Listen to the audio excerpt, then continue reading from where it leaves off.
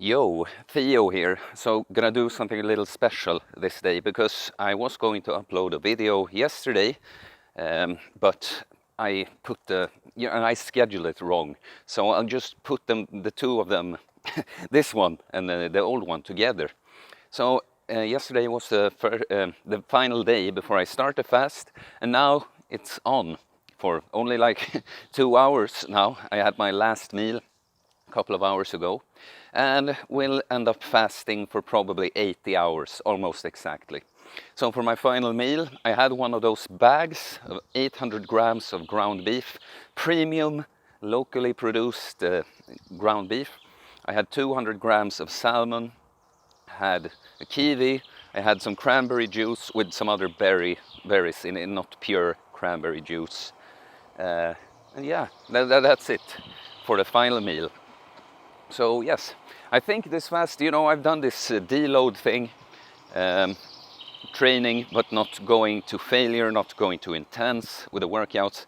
My body feels really fresh, so I think this is going to be a great fast, easy one actually.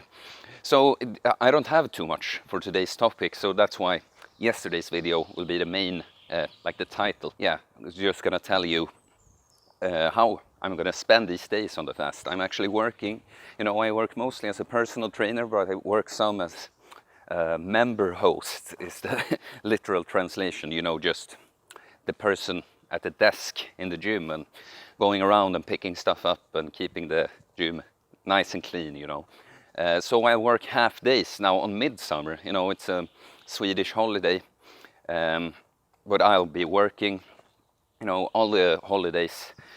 I don't know about in the US and other countries, but any holiday in Sweden is a good reason to get so wasted, as wasted as you possibly can, So I'll be fasting and working instead.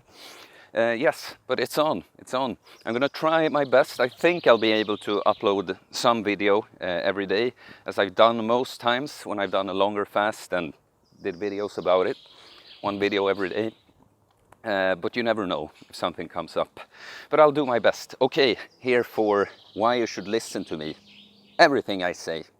Just take it for granted. I'm fooling around, but yeah, let's do yesterday's video. Yo guys, Theo here. Yeah, this is Theo, that's me.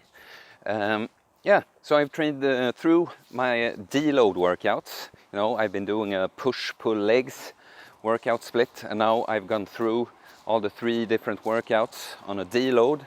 Actually been very nice. It's been one of my biggest challenges so far to actually move the intensity down a notch when necessary. Like I've thought so many times before that, yeah, let's take a few easier workouts so I can rest and recover, and then I'm too addicted to the progress and just giving it all when I'm in the gym. I always feel like that, like why even lift the weight if you're not going to lift it as many times as you can? Now I see some reasons to do that, but that's like my personality really. But so I've done these deload workouts, feeling great. Yes, body feels fresh and strong. Tomorrow I'll have my last meal before I go on what will probably end up being very close to an 80-hour fast. I've said a 72 to 96-hour fast. But I'm pretty sure it's going to be maybe exactly 80 hours. So getting lots of messages here on the screen. But where were we? Yeah. So basically that's it. I'm starting the cut with a longer fast tomorrow. So today I just wanted to give you a short little message here on why you should listen to everything I say. And so this, as usual, there's a little catch with the title. This is not where I list all my credentials. Oh, I could do that too. It is true that I was way down here, way down at the bottom, both physically and mentally. I looked and felt like shit, and I turned it around so quickly, and not only turned it around, I've reached what I think is a very impressive level. But that's not why you should listen to me. The reason you should listen to me is because you just see it when you watching right now. Yes, you. When you hear me say stuff and you listen to me, you can just hear that this is the truth. This is what I need to do. This is the right way to think. And what I mean by this is not to like brag and make me like, oh yeah, I'm always right about everything. What I'm trying to make you understand is you gotta trust yourself. You don't listen to someone because they have a big subscriber amount by their names, because they're extremely good looking, or you know, shallow reasons like that. Because that's what most people do, especially today with social media and all the advertisement and all the messages that get thrown at us daily, like hundreds, if not thousands, of messages about what we should do and think and act. And so you have to be stronger than this, not listen to all this crap, and just go with what you know within you is right. And this is something, through my healing process, this is something I think I've learned. I thought I was very self-reliant, always, that I went my own way and stuff. But I didn't, and this is what I've learned now. Do you know how many... So this is why I can do all these things now.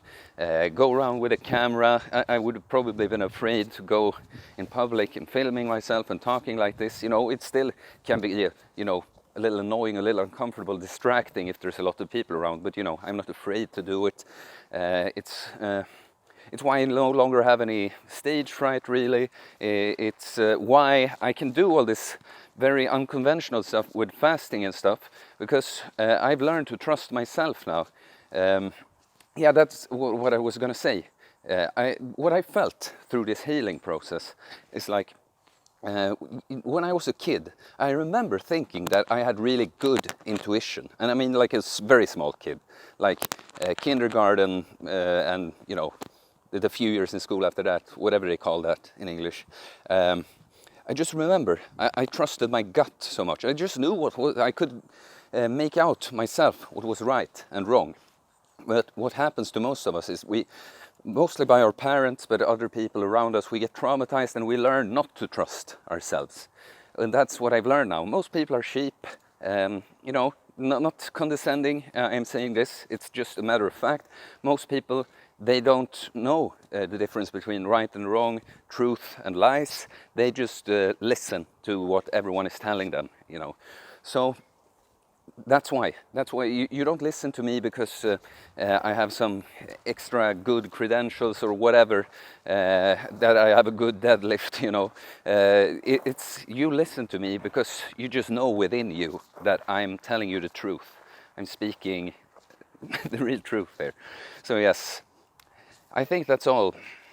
Yeah, but okay, that's, yeah, to get back to the way I said I trusted my intuition when I was a kid. That's what happened now. My intuition is back. It was never wrong. It was right all along. I've just learned to listen to it again by doing all of this. And just one little thing I want to add there is that's something I was going to say earlier in the video but forgot, is that's how... do you know how many people think I'm strange for doing some things I do? Like, especially the fasting, but some of the, you know, spiritual stuff I talk about, and also the just going from being like a party animal is wrong to say, but you know, someone who enjoys their alcohol and late nights, so to say, going to that to going to the gym 6 times a week. Like, I mean, lots of people think I'm weird. I know lots of people talking behind my back. Doesn't matter at all to me anymore, because I don't listen to, you know, these are the sheep I was talking about. Obviously, they think I'm strange, because, you know, they are all in their little circle jerk. Yeah, drinking and having sex with strangers is great, you know. Not really like that, but, you know, they all agree that because, you know, the sheep agree that the people who aren't sheep are strange and dumb and weird, you know, because, you know, they don't know what it's like to listen to the truth and go your own way. They just know what it's like to do what they're told to do. You know, the opinions they've been given by the media and such. Yeah, just that. So when you prove the truth to yourself in such a way that I did, you know, I've heard similar stories. And it's a lot of fun, you know. If I tell someone about my panic attacks, It's not unusual that someone will admit, maybe even for the first time, that they had a similar period in their life. I think I'm just, I've always been an open person. I don't have a hard time sharing it. But yeah, so what I did during the panic attacks, you know, every fiber of my body told me that I was going to die. Don't do this, whatever I was going to do. And that's how I learned the truth. I learned to see through it, through all the fakeness, because it was fake. I was never in danger. I wasn't dying. And when you've done something like that, you know, to me, it was like facing death. So, you know, I just know the truth now. And then it doesn't matter to me if I would be the only person in the world. I'm content with that. Yes, no, not a very interesting video probably, but it was something I thought about, and it's kind of a funny title. Sounds very arrogant to the people who aren't watching the video. Yes, but tomorrow we start cutting. Yes, okay, like, subscribe, and I'm out of here.